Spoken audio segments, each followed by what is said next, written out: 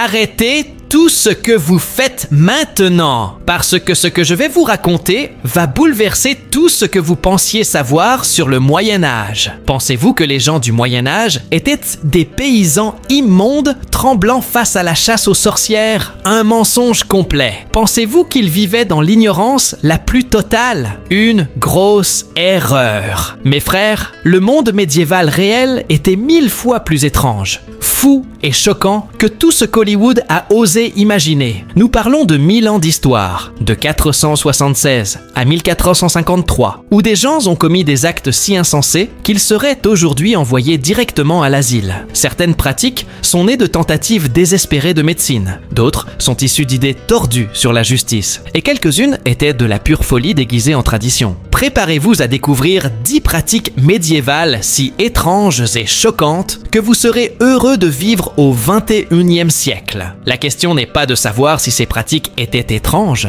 mais comment des civilisations entières les ont trouvées parfaitement logiques. Et le premier va vous époustoufler. Imaginez entrer dans un hôpital médiéval avec un mal de tête et en ressortir. Enfin, ne pas en sortir du tout. Pendant plus de 700 ans, du 9e au 16e siècle, les médecins européens avaient une solution à presque tous les problèmes médicaux. Vous drainez jusqu'à ce que vous vous sentiez mieux ou jusqu'à votre mort, selon la première éventualité. Ce n'était pas une pratique rare chez les guérisseurs de village, mes frères. Il s'agit de l'ensemble du corps médical en France, en Italie, en Angleterre et au-delà. Des médecins formés dans des universités prestigieuses comme la faculté de médecine de Salerne, la première d'Europe, enseignaient la saignée comme un fait scientifique. La logique leur semblait parfaite. Le médecin grec Galien disait que le corps humain contenait 4 humeurs: le sang, les mucosités, la bile jaune et la bile noire. Trop de sang rendait malade, il fallait donc en éliminer. Les médecins médiévaux ont adopté cette théorie et se sont lancés dans une grave erreur médicale. Comment faisaient-ils? Ils coupaient une veine avec une lancette, utilisaient des sangsues pour sucer le sang, ou utilisaient une coupelle en verre chauffé pour aspirer littéralement le sang de la peau. Les patients restèrent là, à regarder leur force vitale se déverser dans des bols, tandis que les médecins hochaient la tête en signe d'approbation. Et le pire, c'est que parfois, ça semblait fonctionner. La saignée pouvait faire baisser temporairement la tension artérielle, permettant aux patients fiévreux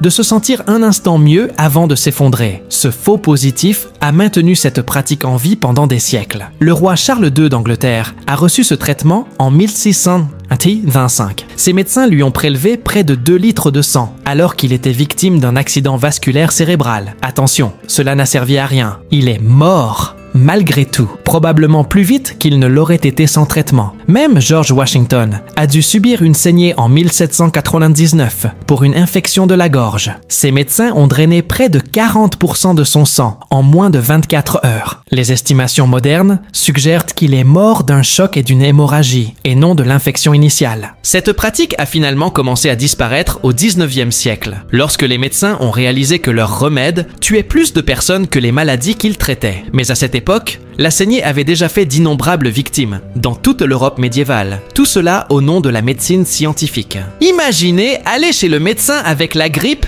et en ressortir hémorragique. C'était comme jouer à la roulette russe médicale, où le traitement était plus dangereux que la maladie. Voici une vérité qui va bouleverser tout ce que vous croyez sur les chasses aux sorcières médiévales. Elles ont failli ne pas se produire. Cette image de paysans médiévaux armés de torches brûlant de vieilles femmes sur le bûcher est de la pure fantaisie. La véritable folie de la chasse aux sorcières n'a eu lieu que des siècles plus tard, et la plupart des auteurs de ces incendies n'étaient pas des catholiques superstitieux, mais des protestants instruits. Les autorités catholiques médiévales considéraient la chasse aux sorcières comme une superstition ridicule. Le concile de Paderborn, en 785, interdisait catégoriquement de punir les femmes qui avaient pris l'avion avec le diable, qualifiant cela d'absurdité païenne. Pendant la majeure partie du Moyen-Âge, prétendre que quelqu'un était une sorcière pouvait vous attirer des ennuis avec l'Église, et non avec la prétendue sorcière. La véritable folie de la chasse aux sorcières éclata entre 1550 et 1650, en pleine Renaissance et Réforme. Il ne s'agissait pas d'une ignorance médiévale obscure, mais d'une Europe moderne, prétendument éclairée en pleine folie. Les régions protestantes, notamment en Allemagne, furent prises d'une frénésie totale. Les États allemands exécutèrent entre 20 000 et 25 000 personnes pour sorcellerie, soit plus que le reste de l'Europe réunie. Les régions catholiques, comme l'Espagne et l'Italie, affichèrent un nombre infime en comparaison. Pourquoi cette différence? La théologie protestante mettait l'accent sur les relations personnelles avec Dieu et Satan, rendant le culte individuel du diable plus menaçant. La doctrine catholique, avec sa hiérarchie élaborée et ses protections rituelles, rendait la sorcellerie moins urgente. Les chasses aux sorcières les plus brutales eurent lieu à Würzburg et à Bamberg, en Bavière, où des évêques catholiques, influencés par les protestants, rivalisaient pour prouver leur pureté religieuse. Le prince-évêque Julius Ecter de Würzburg brûla plus de 900 personnes entre 1626 et 1631. C'est plus d'exécutions pour sorcellerie que tous les siècles médiévaux réunis. L'Écosse devint particulièrement folle, sous l'influence du protestantisme. Entre 1563 et 1736, les tribunaux écossais exécutèrent environ 4000 personnes pour sorcellerie. Le roi Jacques Sémence d'Écosse écrivit un livre sur la chasse aux sorcières avant de devenir roi Jacques Ier d'Angleterre. On n'apprend pas ça en cours d'histoire, mes frères, mais le stéréotype de la chasse aux sorcières est né d'une propagande protestante délibérée visant à faire passer l'époque catholique médiévale pour barbare. L'ironie, c'est que ce sont les protestants qui ont commis la plupart des incendies. À la fin du Moyen Âge, en 1453, la chasse aux sorcières n'était plus qu'une simple anecdote. Le véritable spectacle de l'horreur commença lorsque des penseurs de la Renaissance, prétendument rationnels, décidèrent que les vieilles superstitions n'étaient plus assez superstitieuses. C'est comme si l'histoire nous avait complètement menti. Les temps sombres du Moyen Âge étaient en réalité plus tolérants que l'ère moderne, éclairée, qui a suivi. Quel retournement de situation! Les tribunaux médiévaux avaient une approche unique de la justice. Si vous ne pouvez pas prouver la culpabilité de quelqu'un, torturez-le et voyez si Dieu intervient. Bienvenue à l'épreuve, où le jugement divin rencontre le sadisme humain dans le système juridique le plus tordu jamais conçu. Du 9e au 13e siècle, en Angleterre, en France et dans le Saint-Empire romain germanique, les tribunaux ont littéralement eu recours à la torture pour déterminer l'innocence ou la culpabilité. La logique était parfaitement insensée. Dieu savait tout, n'est-ce pas? Alors, si quelqu'un était véritablement innocent, le Tout-Puissant accomplirait sûrement un miracle pour le sauver. S'ils ont souffert ou sont morts pendant l'épreuve, eh bien, ils étaient évidemment coupables et le méritaient. L'épreuve du fer rouge était un supplice populaire. Les accusés devaient porter une barre de fer rouge sur 3 mètres, pieds nus. Ensuite, des prêtres bandèrent leurs mains et les examinaient 3 jours plus tard. Si les brûlures guérissaient miraculeusement, vous étiez innocent. Si elles semblaient infectées ou graves, félicitations. Vous étiez coupable et probablement sur le point d'être exécuté. Puis il y avait l'épreuve de l'eau froide, qui comportait un cruel dilemme. On attachait l'accusé et on le jetait dans une rivière ou un étang. Si vous couliez, vous étiez innocent, mais vous risquiez aussi de vous noyer. Alors, bonne chance pour votre revanche. Si vous flottiez, l'eau vous avait rejeté comme coupable, et on vous en sortait pour vous exécuter. Certains accusés ont choisi le procès par combat, ce qui signifiait se battre jusqu'à la mort contre leur accusateur ou un champion professionnel, car apparemment, les concepteurs du système judiciaire médiéval pensaient « Vous savez quoi? Cela nécessite plus de violence ». L'épreuve de l'eau bouillante obligeait les voleurs accusés à plonger leurs mains nues dans l'eau bouillante pour en extraire une pierre. La profondeur variait selon la gravité du crime, jusqu'au poignet pour les vols mineurs, jusqu'au coude pour les crimes majeurs. Des brûlures bien cicatrisées témoignaient de l'innocence. Des blessures infectées signifiaient culpabilité et châtiment. Le plus sombre est que ces épreuves se déroulaient souvent exactement comme prévu, mais pas comme prévu. De nombreux innocents, terrifiés par ce processus, avouaient des crimes qu'ils n'avaient pas commis plutôt que d'être exposés à la torture et à la mort. Ce supplice servait de négociation de peine médiévale par la terreur. Cette pratique a finalement pris fin lorsque le pape Innocent III a interdit la participation du clergé aux ordalies lors du 4e concile du Latran en 1215. Sans prêtre pour superviser l'élément divin, tout le système s'est effondré. Mais pendant plus de 400 ans, la justice médiévale fonctionnait selon le principe selon lequel la meilleure façon de déterminer la vérité était de voir combien de douleurs une personne pouvait endurer sans intervention divine. Les tribunaux médiévaux ne poursuivaient pas seulement les humains pour des crimes. Ils jugeaient littéralement les animaux, avec juges, jurys et avocats. Il ne s'agit pas d'un cas isolé. Du XIIIe au XVIIe siècle, les tribunaux européens poursuivaient régulièrement les animaux pour toutes sortes de délits, du vol au meurtre en passant par le trouble à l'ordre public. La France à elle seule a enregistré plus de 200 essais sur les animaux, avec des cas documentés en Italie, en Suisse et dans tout le Saint-Empire romain germanique. Le cas le plus célèbre s'est produit à Falaise, en France, en 1386. Un cochon a attaqué et tué un bébé humain. Le tribunal n'a pas seulement euthanasié le cochon, il a tenu un procès pénal complet. Le cochon a été formellement inculpé. Un avocat lui a été assigné et il a été jugé devant un juge et un jury. Après délibération, ils ont déclaré le cochon coupable de meurtre et l'ont condamné à mort par pendaison en place publique. Mais là, le plus étrange est que le cochon a été habillé en humain pour l'exécution. Les archives judiciaires montrent qu'ils ont dépensé de l'argent pour une veste d'homme, un pantalon et même des gants blancs pour les sabots avant du cochon. L'idée était que si le cochon avait commis un crime humain, il devait mourir comme un criminel humain. D'autres animaux furent jugés pour des raisons tout aussi étranges. En 1519,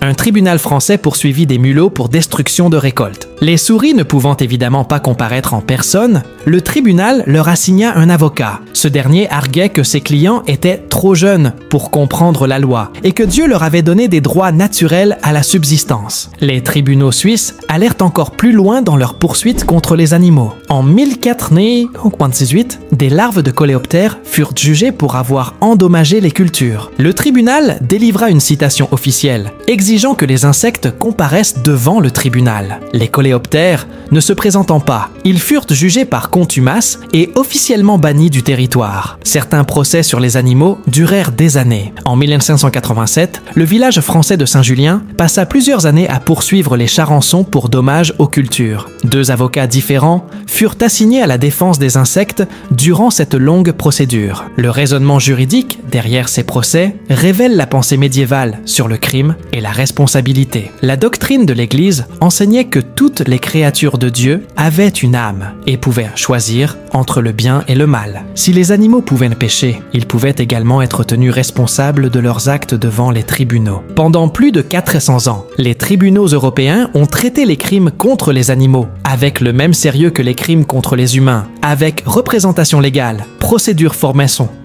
formelle et exécution publique. Les parents médiévaux aimaient leurs enfants autant que les parents modernes. Le problème était que leur pratique de garde d'enfants était vouée à la mortalité infantile. Entre 20 et 50% des enfants médiévaux mouraient avant leur 5e anniversaire, et nombre de ces décès résultaient de décisions parentales bien intentionnées qui empoisonnaient lentement la vie des enfants. De la France à l'Angleterre, en passant par les États italiens, les soins prodigués aux nourrissons au Moyen Âge combinaient ignorance, superstition et conseils médicaux tout à fait dangereux. Commençons par des pratiques d'alimentation qui horrifieraient les pédiatres modernes. Les familles aisées engagèrent des nourrices pour allaiter leurs bébés, mais elles les choisissaient selon des critères étranges. Les textes médicaux médiévaux affirmaient que la moralité d'une nourrice se transmettait au bébé par son lait. Les tribunaux ont dépensé des sommes considérables pour trouver des nourrices qui étaient non seulement en bonne santé, mais aussi vertueuses, sobres et de préférence blondes, car la couleur des cheveux affectait apparemment la qualité du lait. Le processus de sélection était infernal. Les nourrices potentielles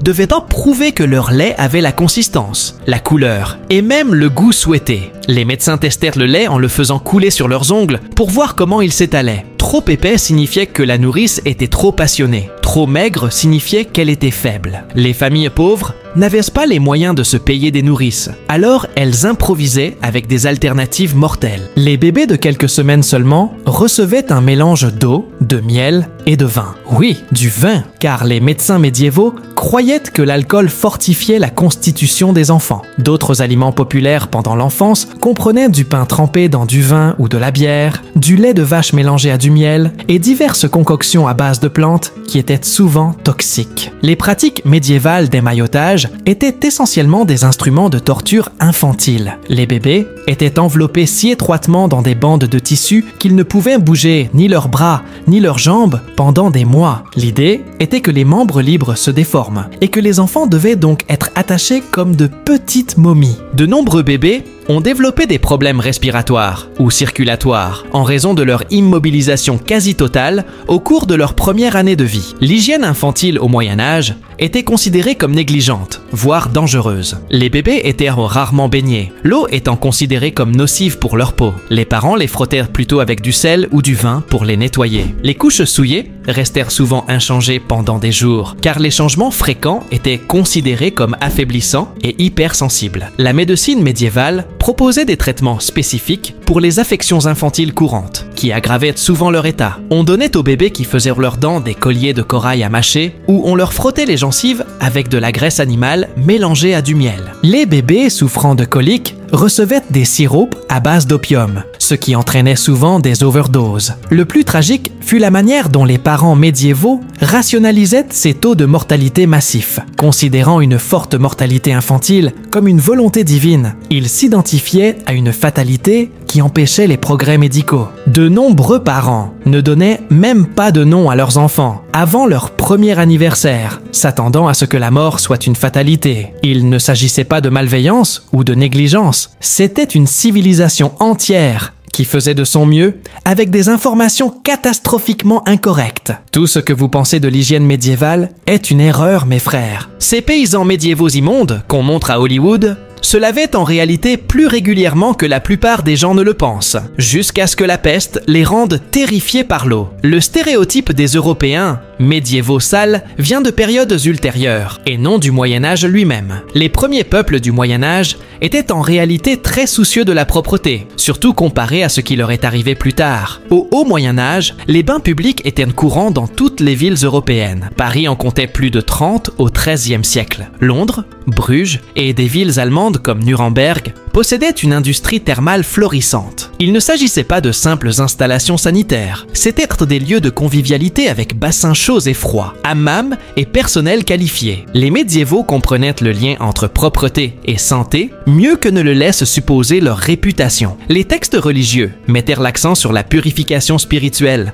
par la purification physique. Les monastères disposaient d'installations sanitaires sophistiquées et les moines étaient tenus de se baigner régulièrement. La règle de Saint Benoît imposait expressément des bains fréquents pour des raisons de santé. Les familles aisées possédaient des salles de bain privées avec des baignoires en bois que les domestiques remplissaient d'eau chaude. Les savons parfumés à base de graisses animales et d'herbes étaient des produits de luxe, mais ils existaient et étaient largement utilisés par les classes supérieures. Mais la peste noire a tout changé. La pandémie de peste de 1347 à 1351 a tué entre 30 et 60% de la population européenne. Et les survivants, terrifiés, ont commencé à associer la transmission de la maladie aux bains publics. Les autorités médicales ont commencé à affirmer que l'eau ouvrait les pores du corps, rendant les gens vulnérables à l'air vicié et aux maladies. Ce n'était pas totalement faux. Les termes médiévaux pouvaient propager des maladies par l'eau contaminée et par contact étroit, mais la réaction fut extrême. Vers 1400, de nombreuses villes avaient fermé leurs bains publics. Les habitants abandonnèrent les bains classiques pour ce qu'ils appelaient le nettoyage à sec, changer fréquemment de sous-vêtements et utiliser des lingettes parfumées pour se nettoyer la peau. Le mouvement anti-bain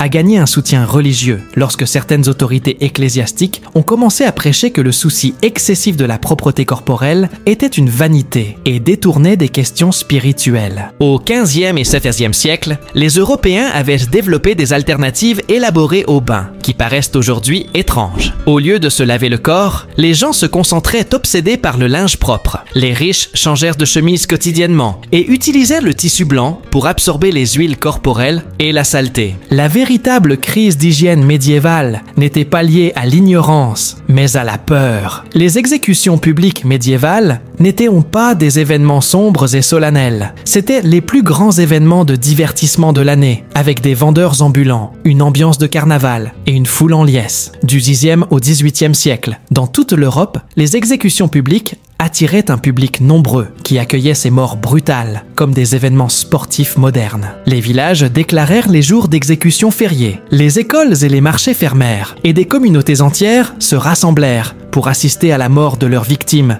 dans les pires atrocités imaginables. L'exécution des criminels devint une mise en scène élaborée. Chaque crime appelait des méthodes de mise à mort différentes, chacune conçue pour un spectacle et une souffrance maximum. La pendaison était réservée aux voleurs ordinaires, la décapitation aux nobles, le bûcher aux hérétiques, et des tortures plus originales étaient pratiquées pour les crimes particulièrement odieux. Prenons l'exemple de l'exécution de William Wallace à Londres en 1305. Le rebelle écossais fut pendu jusqu'à ce qu'il soit presque mort, puis terrassé et éventré de son vivant. Ses organes furent brûlés sous ses yeux. Il fut ensuite décapité et son corps découpé en quartiers. La foule savoura chaque instant, acclamant chaque étape de la torture. Des vendeurs installèrent des stands de nourriture autour des lieux d'exécution, tels des marchands médiévaux. Les gens achetaient du pain, de la bière et de la viande rôtie pour les déguster tout en regardant les criminels mourir. Des pickpockets sillonnèrent la foule, commettant ironiquement des crimes capitaux, tout en regardant d'autres être exécutés pour des délits similaires. Les meilleures places étaient vendues sous forme de billets premium.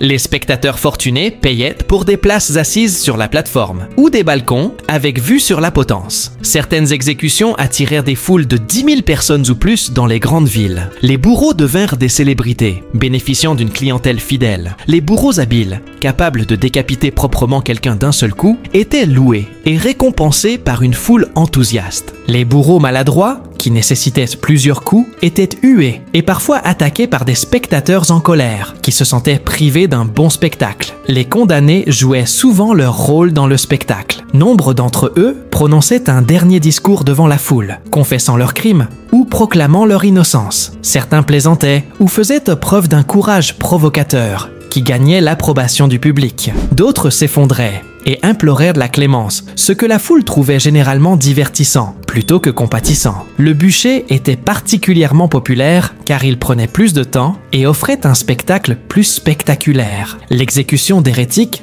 comme Jeanne d'Arc, attirait des foules immenses venues voir leurs ennemis religieux subir le châtiment divin. L'odeur de la chair brûlée se mêlait à l'atmosphère carnavalesque des vendeurs et des divertissements. Les enfants n'étaient pas protégés de ces événements. On les encourageait à y assister pour leur inculquer une éducation morale. Les parents amenaient des familles entières assister aux exécutions, convaincus que voir les conséquences des crimes empêcherait leurs enfants de devenir criminels. Pendant près de 800 ans, l'Europe médiévale a transformé la mort en un divertissement de masse qui ferait paraître les films d'horreur modernes, fades en comparaison. L'Église catholique médiévale vendait littéralement le salut contre de l'argent. Pas métaphoriquement, elle avait de véritables barèmes de prix pour le pardon. Bienvenue dans le système des indulgences, où l'autorité papale a rencontré le capitalisme médiéval dans l'escroquerie la plus lucrative de l'histoire religieuse. Du XIVe au XVIe siècle, l'Église vendait des certificats promettant une réduction de la durée du purgatoire, ou le pardon complet des péchés selon la somme versée. Le modèle économique était d'une simplicité éclatante. La doctrine de l'Église enseignait que même les péchés pardonnés nécessitaient une punition au purgatoire avant d'atteindre le ciel. Mais l'Église prétendait posséder un trésor de mérite, l'abondance des bonnes œuvres de Jésus, de Marie et des saints, qui pouvaient être transmises aux pécheurs ordinaires par l'autorité papale. Moyennant un juste prix, ils pouvaient racheter des années de leur peine de purgatoire. L'Église publiait des barèmes officiels, indiquant précisément le coût du salut. En Allemagne, une indulgence de base couvrant les péchés mineurs pouvait coûter l'équivalent d'une journée de salaire pour un artisan. Des indulgences plénières complètes, supprimant toute peine, pouvaient coûter des mois de revenus. Le pape Léon X a poussé ce système jusqu'à des extrêmes scandaleux pour financer la construction de la basilique Saint-Pierre de Rome. Il a autorisé des campagnes de vente agressives à travers l'Europe avec des vendeurs d'indulgences professionnels opérant sur des territoires tels des agents d'assurance médiévaux. Le plus célèbre était Johann Tetzel, dont le discours commercial en Allemagne est devenu légendaire. Dès que la pièce sonne dans le coffre, l'âme du purgatoire bondit. Les prix devinrent de plus en plus inventifs et inquiétants. Ils pouvaient acheter des indulgences non seulement pour leurs propres péchés, mais aussi pour ceux de leurs proches décédés, déjà en proie au purgatoire. Les parents achetaient des indulgences pour leurs enfants décédés. Certains certificats couvraient même les péchés futurs, des cartes de crédit spirituel permettant de pécher d'abord et de payer plus tard. Les différents péchés avaient des prix différents dans ce qui équivalait à un marché moral médiéval. Le meurtre coûtait plus cher que le vol. L'adultère avait des prix plus élevés. Certaines indulgences s'accompagnaient de remises de gros pour les familles ou d'achats groupés par les guildes et les confréries. Les tactiques de vente feraient rougir les télévendeurs modernes. Les vendeurs de produits de luxe utilisaient un marketing basé sur la peur, décrivant avec force détail les tourments du purgatoire et le soulagement que l'argent pouvait procurer. Ils étaient installés sur les places des marchés et des villes, avec des cloches, des bannières et des représentations théâtrales sur la damnation éternelle. Les célèbres 95 thèses de Martin Luther en 1517 attaquaient spécifiquement l'abus des indulgences, lançant la réforme protestante en partie en réaction contre le salut commercialisé. Pendant plus de 200 ans, l'Église médiévale a exploité ce qui était essentiellement un racket de protection spirituelle, vendant le pardon divin aux plus offrants. Dans l'Europe médiévale, lever les yeux au mauvais moment pouvait semer la panique dans des royaumes entiers. Éclipses, comètes et autres phénomènes célestes inhabituels n'étaient pas des phénomènes scientifiques, mais des télégrammes divins annonçant une catastrophe imminente. Les peuples médiévaux vivaient dans la peur constante que le ciel ne se retourne contre eux. Chaque événement astronomique inhabituel déclenchait une hystérie collective, des campagnes militaires et parfois l'effondrement de gouvernements entiers. Le ciel était le panneau d'affichage de Dieu et le message était généralement « Préparez-vous à mourir ». L'éclipse solaire du 2 août 1133 terrifia tellement l'Angleterre qu'elle bouleversa le cours de la succession royale. Le roi Henri Ier mourut 2 ans plus tard et les chroniqueurs relièrent immédiatement sa mort à l'éclipse qu'il avait prétendument prédite. La comète de Halley en 1166 eut des conséquences politiques encore plus dramatiques. Apparue quelques mois seulement avant l'invasion normande de l'Angleterre, elle fut perçue par les Saxons comme un présage. Les Saxons y virent un avertissement d'un désastre imminent, ce qui se révéla exact lors de la défaite de la bataille d'Hastings. Les cours médiévales employaient des astrologues professionnels qui faisaient de l'observation du ciel une carrière lucrative. Il ne s'agissait pas de charlatans, mais d'érudits qui combinaient observation astronomique et interprétation astrologique. Les astrologues royaux conseillaient les rois sur le moment opportun pour faire la guerre, signer des traités, voire se marier, en fonction des mouvements célestes. L'apparition des comètes suscita des réactions extrêmes. La comète de 1456 était si brillante et persistante que le pape Calixte III l'excommunia officiellement, la qualifiant d'agent du diable. Les cloches des églises sonnèrent dans toute l'Europe pour conjurer l'influence maléfique de la comète, et des prières spéciales furent composées pour protéger les chrétiens de la malveillance céleste. Les éclipses lunaires provoquaient des paniques différentes, mais tout aussi intenses. Les peuples médiévaux pensaient que les éclipses lunaires se produisaient lorsque l'ombre de la Terre couvrait la Lune, mais ils interprétèrent cela comme des dragons ou des démons dévorant littéralement la Lune.